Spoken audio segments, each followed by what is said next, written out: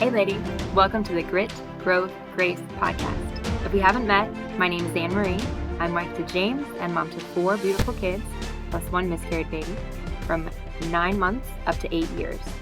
My hope is to help other women experience the postpartum period all the way up to the first year of baby's life as a time of grit, growth, and grace.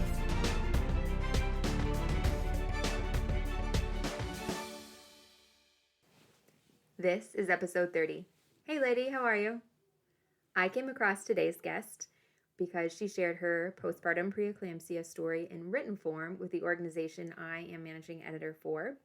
And so I contacted her to ask if she'd be willing to share an audio version and then add a little bit more of her personal experience, what it felt like to have postpartum preeclampsia, and then also what the treatment felt like, because the treatment is no joke either. So with very little further ado, here is Rebekah's postpartum preeclampsia story. My hope is that by sharing it in this podcast, you will feel more equipped to know what to look for yourself, or if heaven forbid somebody that you know experiences it, you can have a place to point them to have some sense of the treatment and just to know that they are not alone in their experience. All right, here's Rebekah. Thank you, Anne-Marie, for this opportunity to share my postpartum preeclampsia experience. The very first time I ever heard about this happening to anyone was on a Reddit post from someone anonymous. And so if I had not heard of it, I don't think I would have had quite the context to put it into when it happened to me. So I think it's really important to share these stories just so that everybody knows what can go wrong, so that you know what to do if it does go wrong for you, because these things are very rare, but as I am evidence of, it happens. So this story happens about a year ago when my now 1-year-old was born. He was my 4th baby. I would say all of my pregnancies have been pretty routine. My firstborn was breech, and so I had to have a scheduled C-section. The other 3 were all VBACs. I had a pretty bad case of PUPS with my second, but that's a story for another day. But I had never had any problems with my blood pressure, either pregnant or not, before this. I do have, I guess, a mild touch of white coat syndrome, where I would get a high reading at the beginning of my appointment. They would take my blood pressure immediately again, and it would go back down. So I think that was just me being nervous and like trying to force my blood pressure down by sheer force of will, which doesn't work. So I'm sure everybody knows why they take your blood pressure so often during your prenatal appointments. It's to look out for preeclampsia. But I think a lot of people don't really know what preeclampsia is. I know I for sure didn't. The pre does not refer to pre-baby. It refers to preeclampsia, and eclampsia is seizures and potentially death. Back before modern medicine, that was just what would happen. They didn't have any blood pressure medication to take care of you. And that's one of the reasons why perinatal mortality was so high back in the day. This is a total tangent, but my late night breastfeeding binge show for this baby was Downton Abbey. And spoilers for a however many year old show now, but a character actually dies of postpartum preeclampsia in season 2, I think. So I guess that's one of those. I think it's called Bader-Meinhof phenomenon. Anyway. So preeclampsia is a condition of pregnancy, and so treatment for it basically is to deliver the baby. If you've got high blood pressure that is worrying your doctors, and if you have protein in the urine and other symptoms, then they just want to get the baby out as soon as possible and as soon as it's safe. But if you have preeclampsia after the baby is born, which can happen, and did happen to me, and then that can be especially scary. I ended up being diagnosed with gestational hypertension. At 38 weeks, I went to my routine appointment and had what I thought was just another case of that white coat syndrome, because my first reading was high and then I got a normal reading after that. But the doctor explained to me that the high reading I had gotten was so high that he was worried. So he sent me over to the hospital for a non-stress test.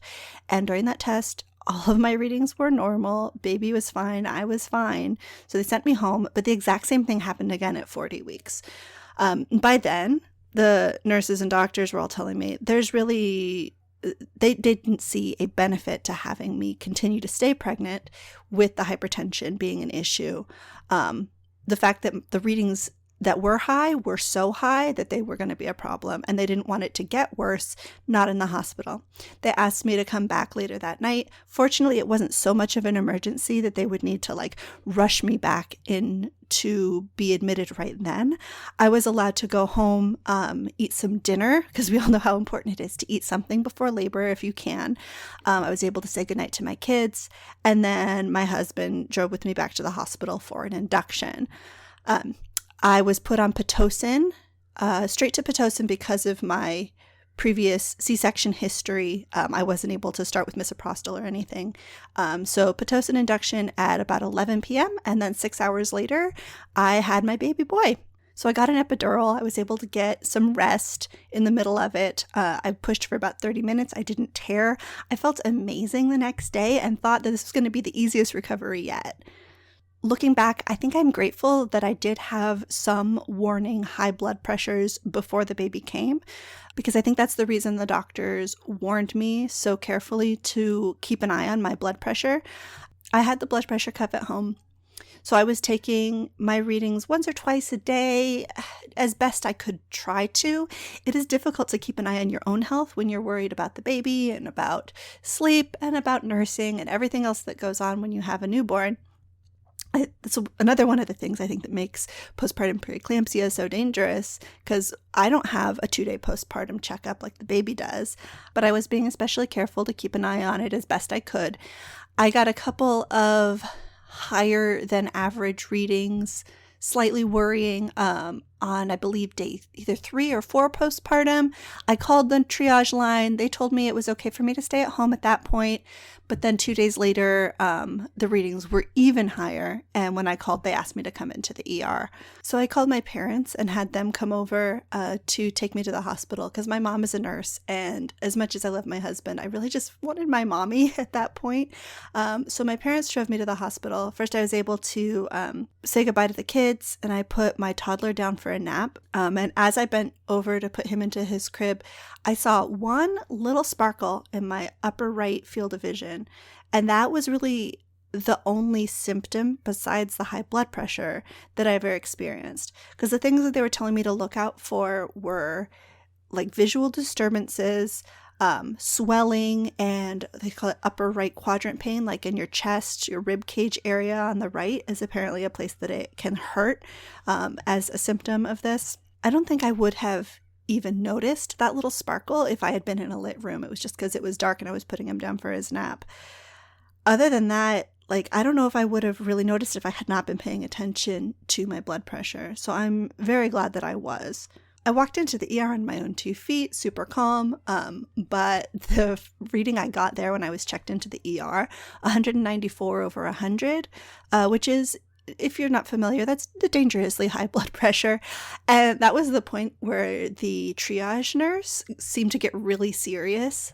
There was an older lady coming into the ER right behind me who was having like a panic attack.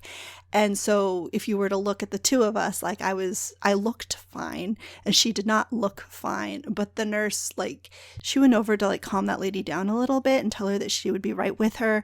But before she got up to go help her, she like put her hands on my hands, looked me straight in the eye and was like, "You're gonna be okay." And that was probably the scariest moment right there, because like I thought I was gonna be okay. But I think she was convincing herself. I think she was pretty scared for me. When she was explaining to this other lady that I was very sick, that was when I felt probably the most scared. They got me checked into the ER and I was in there for a while. My baby was with me. My mom was with me. And they got an IV started as soon as possible to get me on magnesium. And I believe magnesium is the treatment that you would receive if you had preeclampsia before your baby is born too. And I had seen it alluded to online. I had seen people mentioning that it was miserable, but I had no idea why or what they were talking about. And I kind of see why now. It's hard to explain. So it felt like I was tired, but too tired to sleep. Like, if you're not driving right now, close your eyes, just like relax your face and close your eyes. And like your eyelids should be pretty much shut, right? But magnesium weakens your muscles. For whatever reason, I would try to relax my face and shut my eyes, but they would only shut halfway. So I couldn't really sleep, and I don't think I was actually tired, but I felt fatigued. I could barely lift my arms, like I didn't have strength in my hands to hold my own cup very well. My husband came in and he spent the night with me in the hospital because the nurses weren't taking care of the baby because the baby wasn't a patient anymore. He had been discharged 5 days earlier. But he was able to room in with me as long as there was an adult there whose only job was taking care of him. So my husband was able to bring him to nurse whenever he needed it, and that was good. I would have to ask the nurse to come in and help me stand up and go to the bathroom because I could get myself up, but I felt very weak and shaky. And the weirdest thing was my eyes felt disconnected from each other. We were trying to watch movies in the hospital room just to pass the time.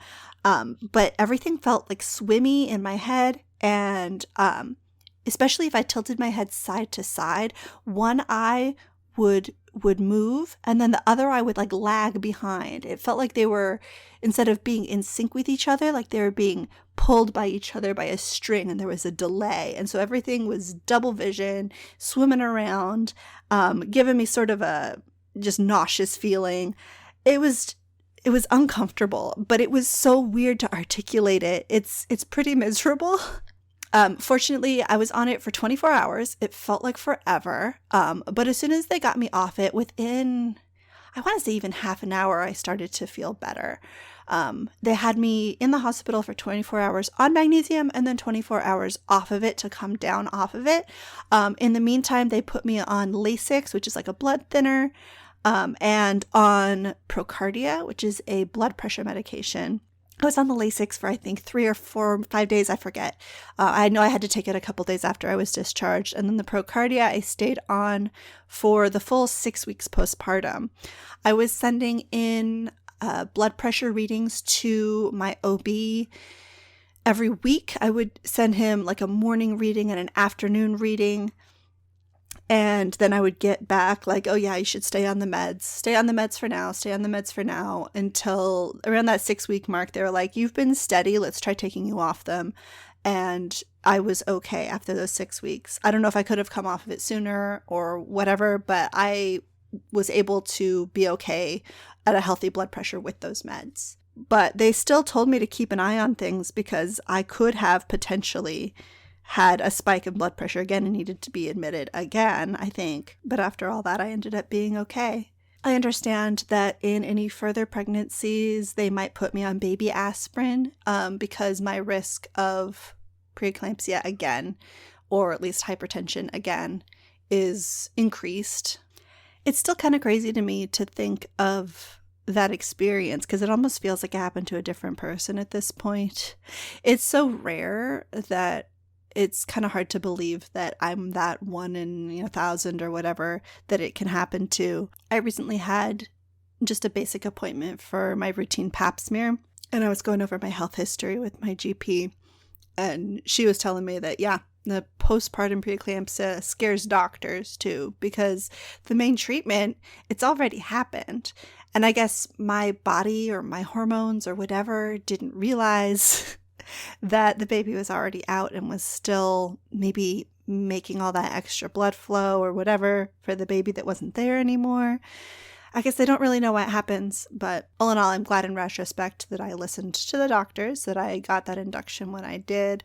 I imagine that getting induced while having preeclampsia, being on that magnesium IV while in labor is probably even more miserable than just sitting in a postpartum ward with your nursing baby for a day on magnesium. It was uncomfortable. It was miserable.